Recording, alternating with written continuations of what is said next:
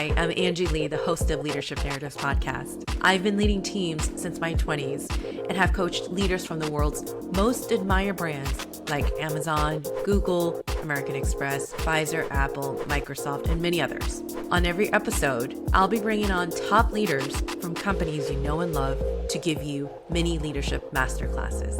Week after week, you'll uncover and model your leadership voice that will make a mark on the world. Subscribe to the show to get notified of every new release.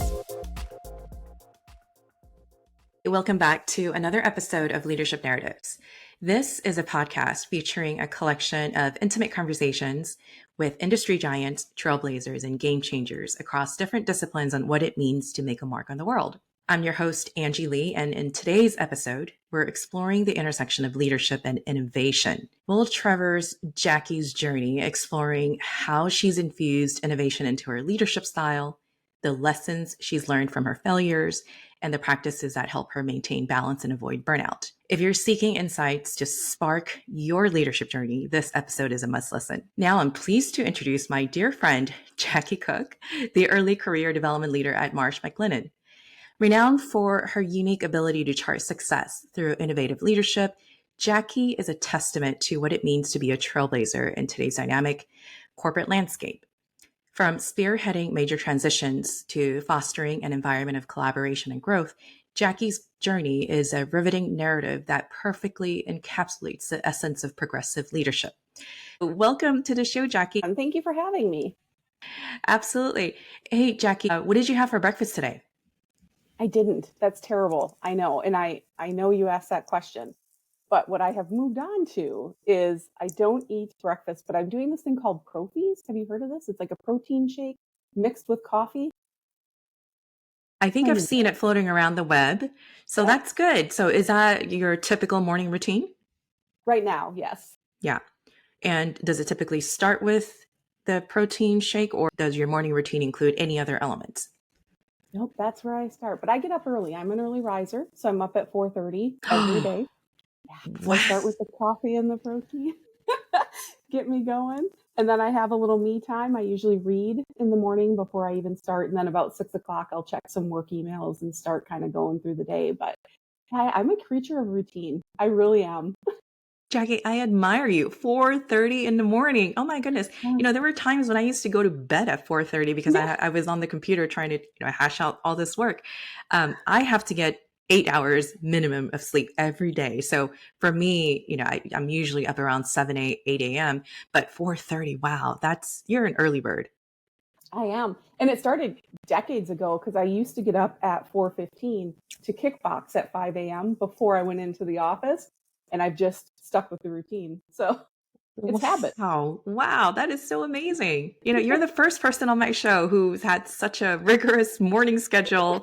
But again, to your point, you value having that sense of structure in your life and discipline. So that's amazing to hear, Jackie. So Jackie, what inspired you to venture into career and talent development? So with my leadership background, I had really been honing in and focusing a lot on the development of my leaders, things I needed to do to make them stronger and make them better. And as I continued to have that operational leadership role, I really was focusing more on the development side and realized this is a thing I'm passionate about. This is something I'm very good at. And this is something I'd like to progress. And everything aligned for me. And they happened to have this role that opened up, this new position focusing primarily on early career colleagues and the talent development pieces that go with them. So it was also a challenge for me because I was very much so used to working with people who were more seasoned, had a little more career experience, et cetera. But I made that changeover in March of 2022 and I couldn't be happier. Yeah. And speaking of which, you mentioned managing a different group of people. What leadership skills did you find most essential in that role? Communication was very, very key. You're dealing with so many different personalities and so many different levels.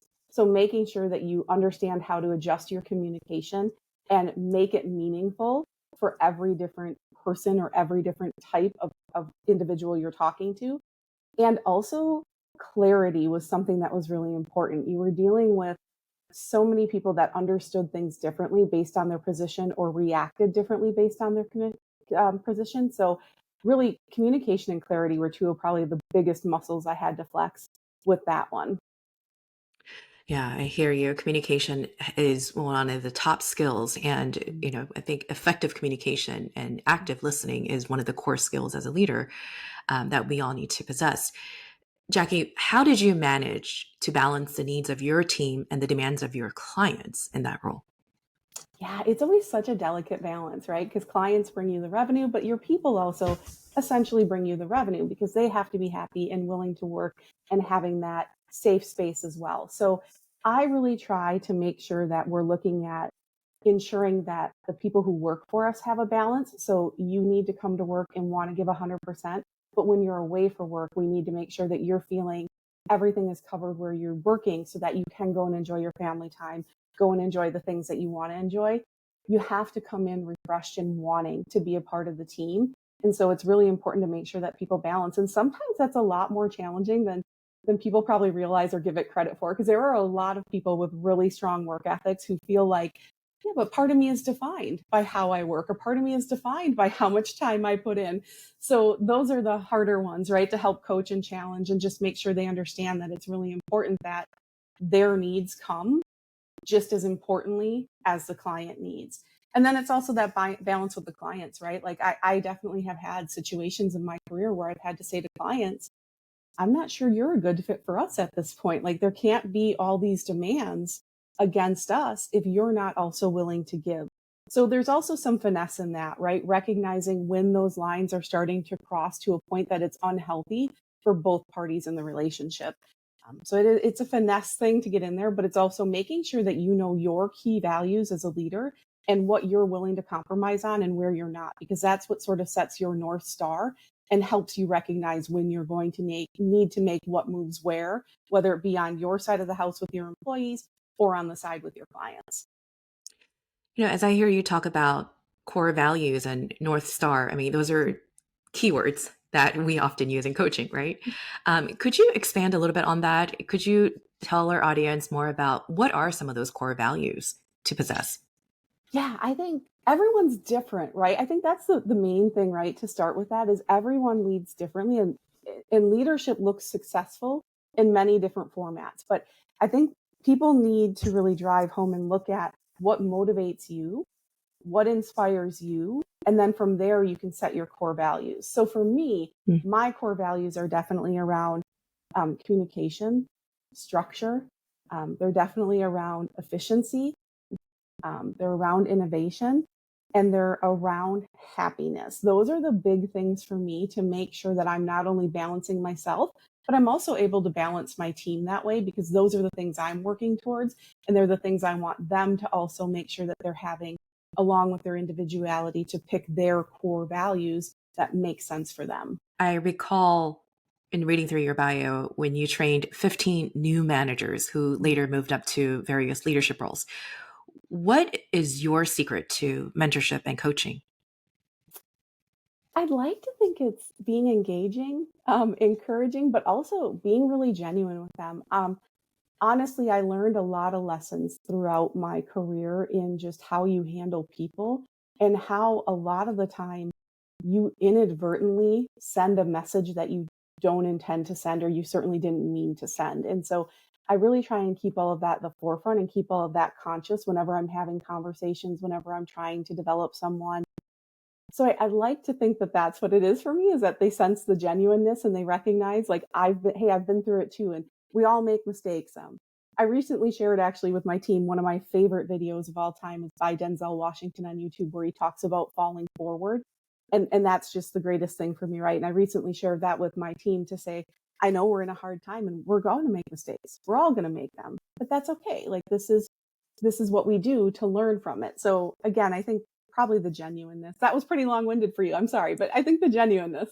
No, that was great. I have so many leaders on my show that talks about, the humanizing or being a human, and in just that part of leadership that people often forget that, as a leader, we need to show up, all stiff and perfectly put together without any emotions. And, that's not what leadership is at all, right? It's about that genuine connection, showing up authentic and being able to inspire your team members or your teams through those set of emotions. Um, Jackie, how do you incorporate innovation into your leadership style?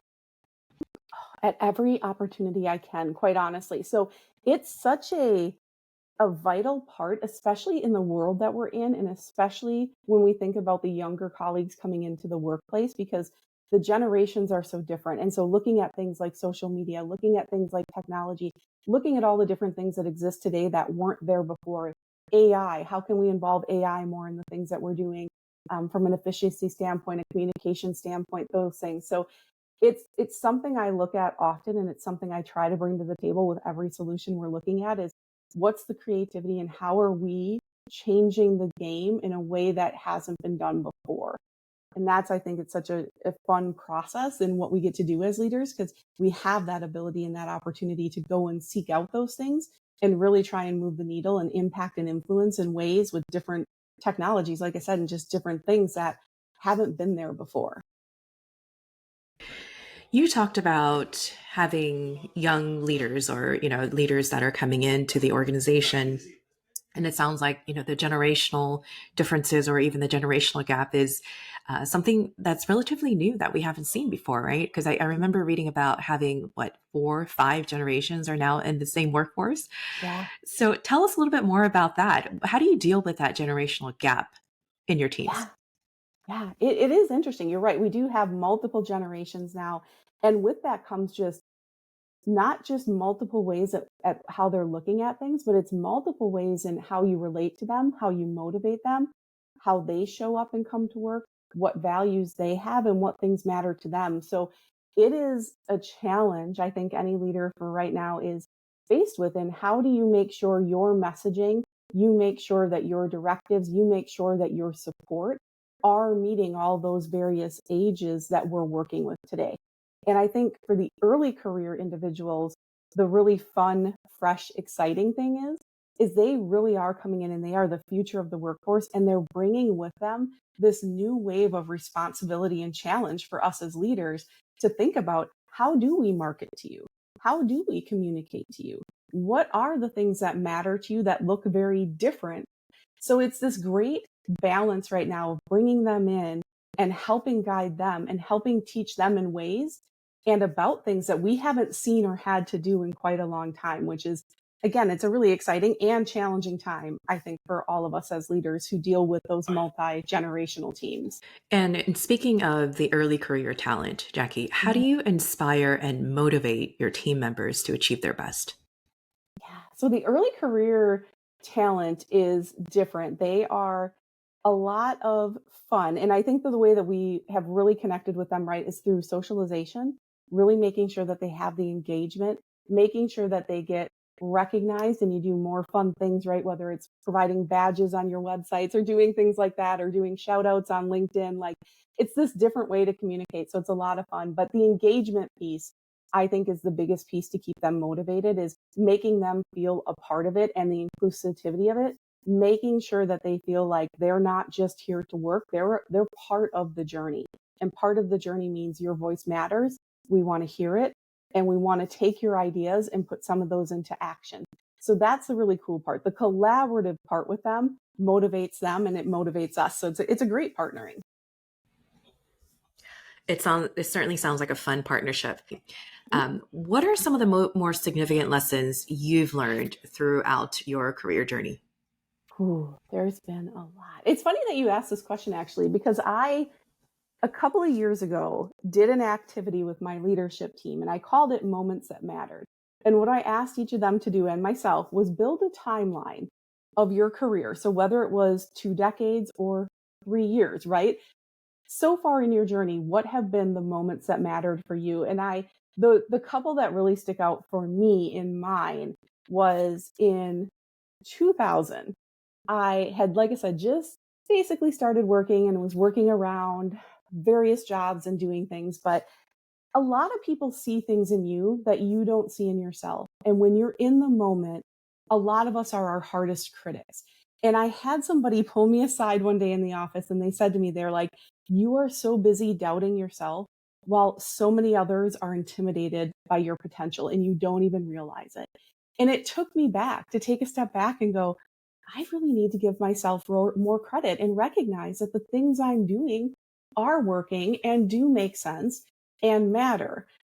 So that one really took me back. But the other one that's probably the most impactful to this point, and is something, like I said earlier, I definitely keep at the forefront, is around being genuine in your generosity.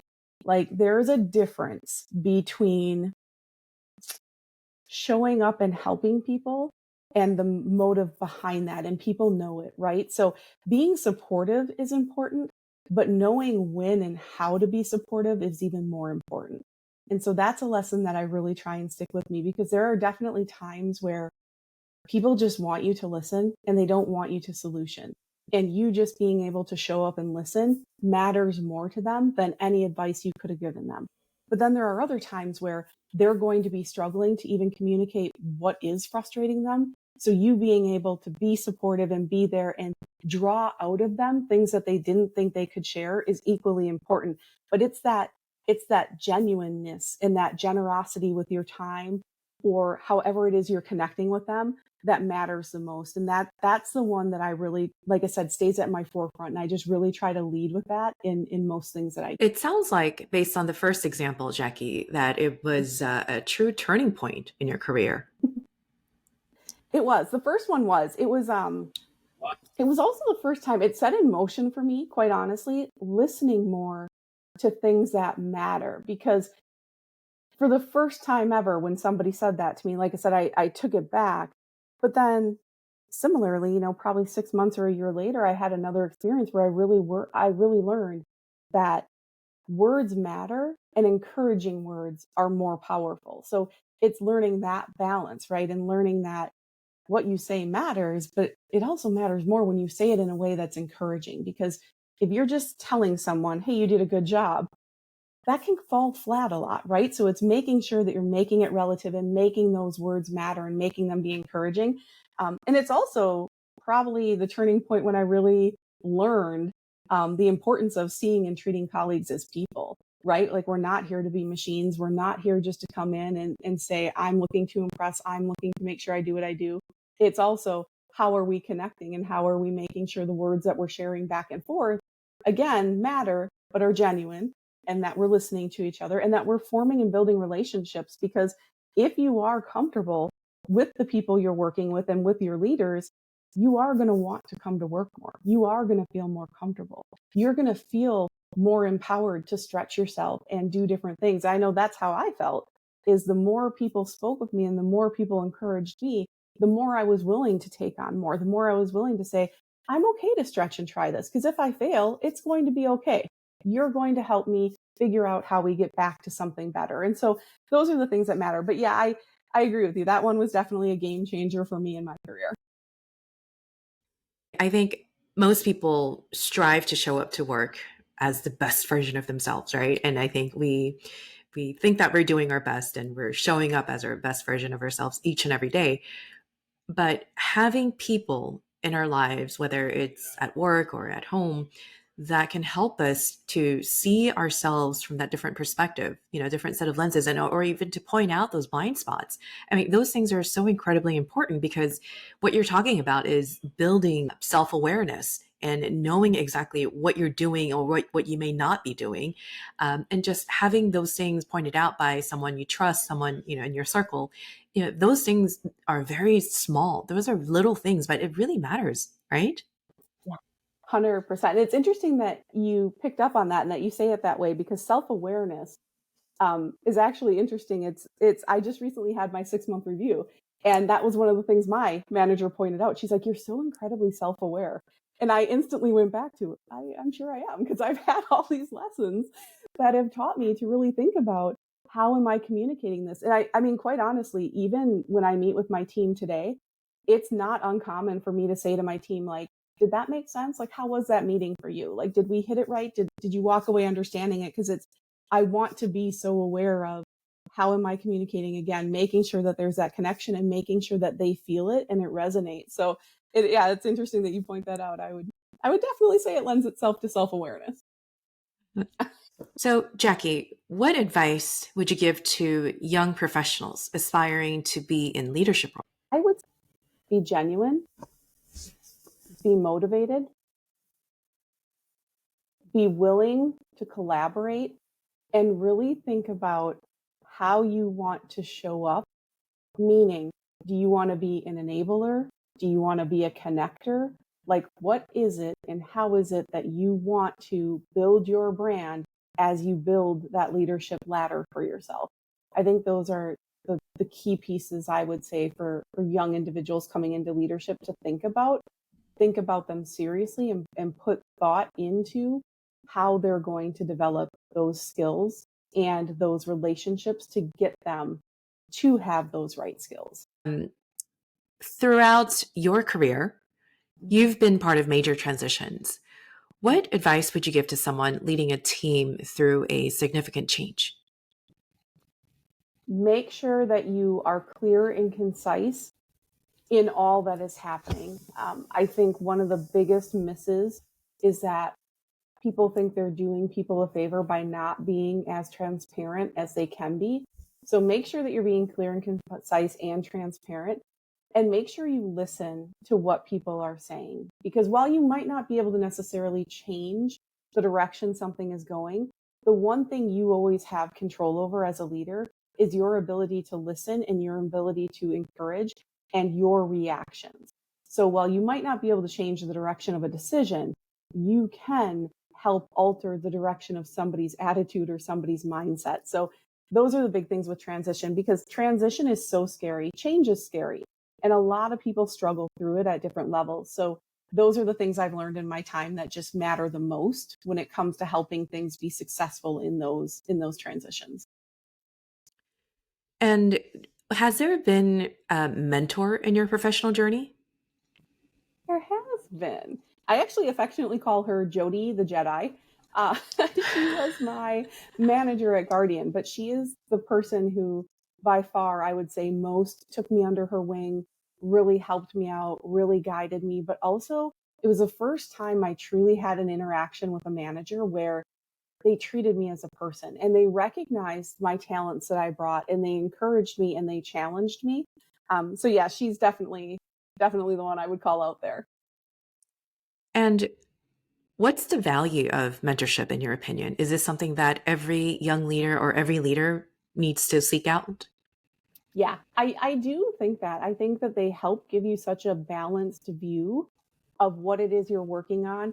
And it's such an objective view of how your skills are developing or how you're approaching things. And I think that's really key when you're picking a mentor. Make sure you're picking someone that you feel comfortable with in that regard.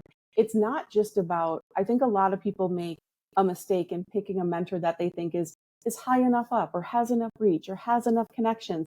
But that's not the kind of mentor you want. You truly want a mentor who you are comfortable with, who you know is going to say to you, listen, we need to have a conversation about how you're approaching that. Or listen, I'm not sure if you recognized, you may have said this, but you had this body language. And those are the things that you're going to take with you as you continue to step through your career. Those are the moments that are ultimately going to end up mattering for you. So I definitely think a mentor is a must, but I also think you've got to be selective in who you're choosing to make sure you have the right one. I love that because what you're saying is whether it's having a mentor or someone in our lives to help us, really truly see. And it goes back to what we were saying about the level of self-awareness that we need to build for ourselves, right? And having Mm-hmm. someone like a mentor point out our blind spots and calling us out when we need to be called out, because I think that's one aspect of our lives.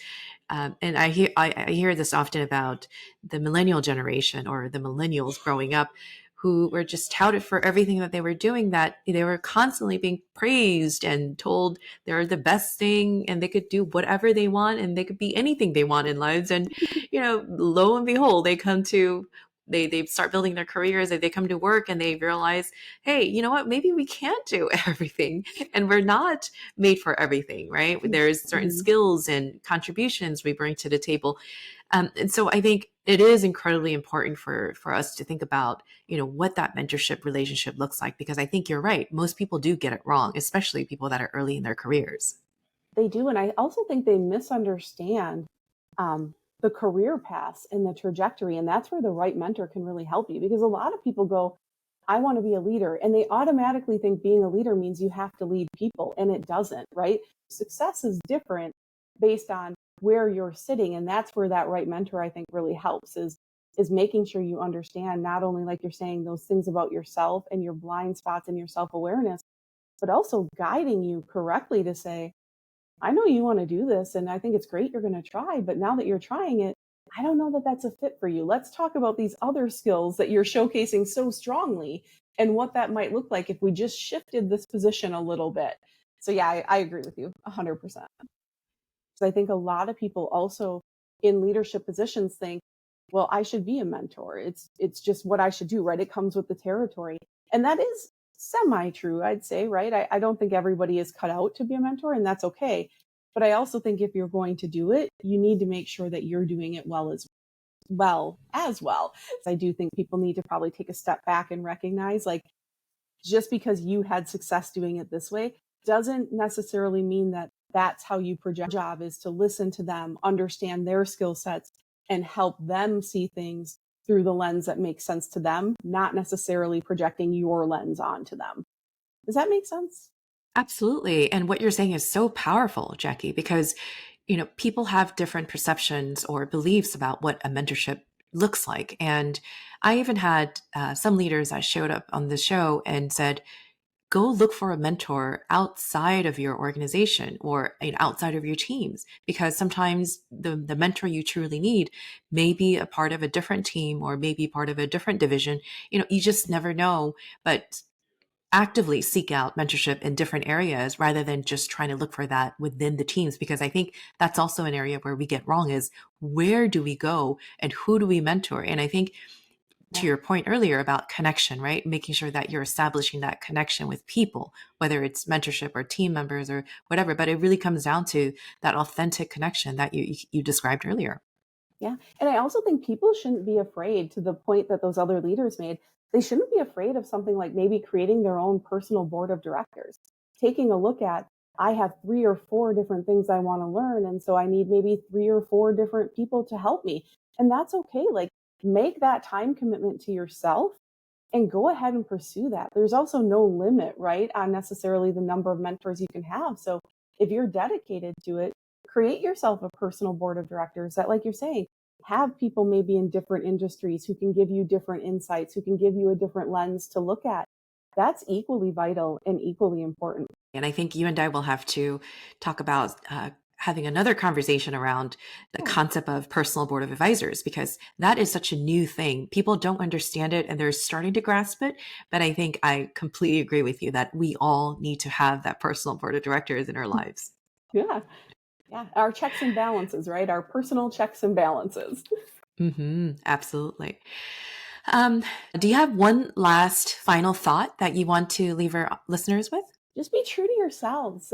I think that's the biggest thing, right? Like, just as you go through, like we were talking about, your journey, whatever your journey is, whether it is leadership or it's, a business analyst role or whatever it is, just continue to be true to your North Star and your core values. And you are going to find a very successful career if you continue down those paths and putting self and your values first. Amazing, Jackie. How can listeners support you and your work? I am on LinkedIn, so you can find me there just as Jackie Cook. And then obviously our Marsh McLennan website has information about what we do as a firm, as a company, as well as any opportunities that we have open. That's great. And I will be sure to reference your link in my show notes on our website. And that is it for today. And Jackie, what a heartwarming, deep conversation around talent and leadership and really being true to ourselves. I think this conversation is going to not only help others learn how to lead, but really helping people understand what it takes to be a great leader. So thank you for your time today, Jackie. Of course. Thank you so much for having me. I appreciate your time. It's been a pleasure. So guys, if you've taken away something from today that will help you to tweak how you lead, and if you want to tell us about it, wherever you're listening to the show, please drop a note or a comment in the box. Be sure to tune back to next week's Leadership Narrative podcast from another industry giant. And that is all for today. See you later. Thank you so much for joining us.